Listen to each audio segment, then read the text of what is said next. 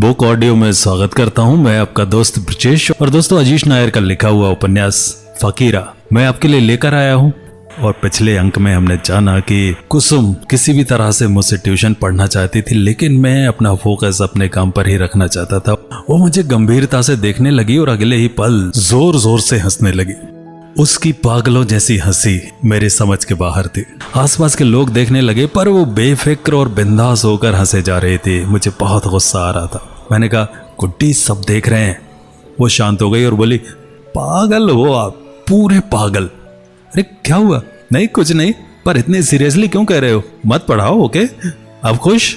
मैं मुस्कुराने लगा। पर कभी कभी आपको मेरी मदद करनी होगी, प्लीज प्लीज प्लीज। मैंने सोचा कि कभी कभी मदद तो सबकी करता हूँ, गुड्डी की भी कर दूंगा। शायद यही मेरी गलती थी।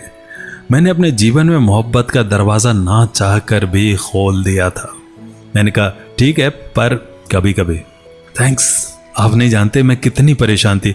उफ, एक बोझ हल्का हुआ। बहुत बहुत धन्यवाद आपका। तुम परेशान थी? मुझे तो लगा ही नहीं। बाप रे बाप, तुम्हारी परेशानी चेहरे से झलकती तक नहीं। खामखा मैं परेशान था। मैंने कहा, अरे टेंशन लेने का नहीं, देने का। ये कहकर वो जोर जोर से हंसने लगी और मैं फिर उसकी हंसी में खो गया। अगले दिन मैं ललन भैया की दुकान पर गया।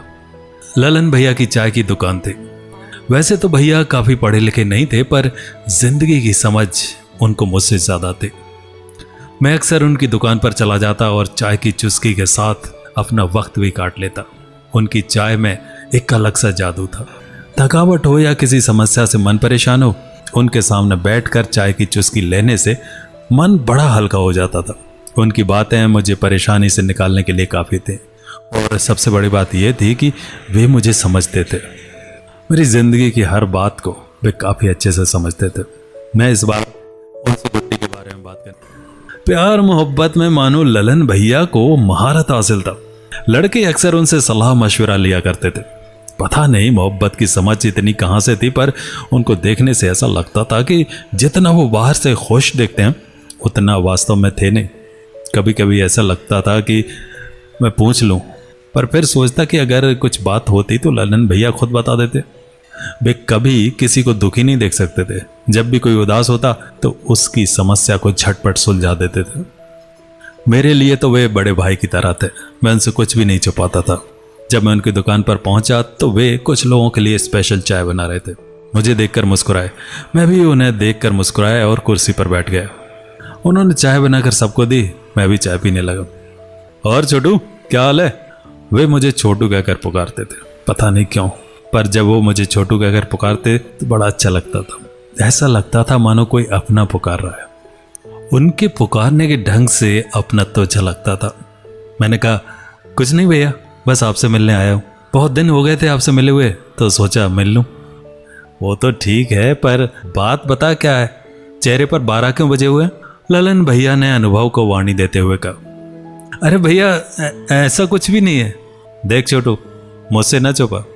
तुझे बचपन से देख रहा हूँ, तेरी रग रग से वाकिफ हूँ। तेरा सुख दुख सब कुछ मैंने देखा है। और तू बड़ा साफ दिल का है, और साफ दिल वाले अक्सर छोटी छोटी दिक्कतों में भी फटाक से घबरा जाते हैं। तू ना भगवान का खास बेटा है, जिसमें ना कोई छल है ना कपट। अरे भैया, आप तो वो शर्मिंदा कर रहे हैं। मैं ऐसा कुछ खास वास नहीं हूँ, मैंने मुस्कुराते हुए धीरे से जवाब दिया। अच्छा चल ठीक है, पर बात क्या है? इस बार भैया ने पूरी गंभीरता के साथ पूछा। भैया, हाँ बोल छोटू। एक लड़की गुड्डी, थोड़ा परेशान हूँ उससे। क्या बात है, खुलकर बता बेटा। इस बार मजाक के अंदाज में भैया बोले। भैया, बात यह है कि वो मुझसे मदद चाहती है। तो भैया, मैं जब भी उसके करीब जाता हूँ मैं खुद का नहीं रहता हूँ। मुझे ऐसा लगता है मैं उसकी तरफ खींचा चला जा रहा हूँ। उस वक्त मैं चाहता हूँ कि वक्त थम जाए, बस मैं उसे देखता ही रहूँ। मैंने आंखें बंद कर एक सांस में सब कुछ कह दिया। वाह बेटा वाह, बात यहाँ तक आ गई और तू अभी बता रहा है। कमाल है छोटू। भैया क्या हुआ, कुछ गड़बड़ है? मैंने हड़बड़ा कर पूछा। गड़बड़? बेटा गड़बड़ ही गड़बड़ है। ऐसा क्यों बोल रहे हैं भैया? बेटा तुझे तो प्यार हो गया है। नहीं भैया, मैंने धीमे से जवाब दिया। हाँ बबुआ, तू तो गईल। अरे भैया मैं आपसे सुझाव लेना है और आप मुझे डरा रहे हो। अच्छा सुन, एक काम कर, तू उसे इग्नोर मार। अगर तू सप्ताह तक ऐसा कर लेता है तो समझ तुझे प्यार व्यार कुछ नहीं हुआ।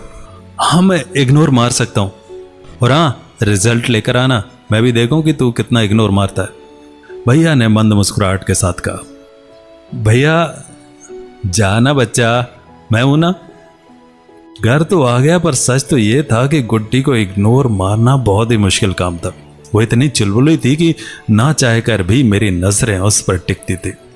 मैं बेचारा बुरी तरह फंस गया था, ना उसे इग्नोर कर सकता था और यह भी नहीं चाहता था कि उससे घुल मिल जाऊं। अजीब विडंबना थी। और उधर ललन भैया का इग्नोर करने का फंडा भी फेल होता नजर आ रहा था। मैं तो इतना बुरा फंसा था कि इतनी दिक्कत तो गणित के सवाल में फंसकर भी नहीं हुई थी। गुड्डी एक ऐसी गुत्थी बन चुकी थी जो सुलझ ही नहीं रही थी।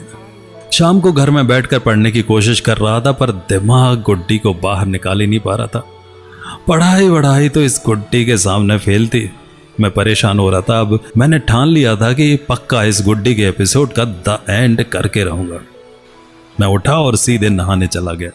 नहाकर अच्छे कपड़े पहने और निर्णय लिया कि अभी इसी वक्त गुड्डी के घर जाऊंगा। मैंने आईने के सामने खड़े होकर बाल ठीक किए। नहाकर अच्छे कपड़े पहनकर आत्मविश्वास से भरा महसूस हो रहा था। मैं सीधे उसके घर गया। बाहर उसकी दादी थी। मुझे देखकर मुस्कुराने लगी। मैंने पूछा, दादी गुड्डी है? हाँ बेटा, अभी बुलाती हूँ। उनके बुलाने पर गुड्डी बाहर आई। उसके बाल खुले थे, टी शर्ट और स्कर्ट पहने हुए थे। मुझे देख मुस्कुराई और मुझे एकटक देखने लगी। शायद उसे इंतजार था कि मैं कुछ बोलूं, पर मैं तो फिर से उसकी खूबसूरती में खो गया था। तो क्या गुड्डी को इग्नोर कर पाया? क्या गुड्डी से कह पाया जो दिल में था? जानेंगे अगले अंक में। तब तक अपना ध्यान रखिए। नमस्कार।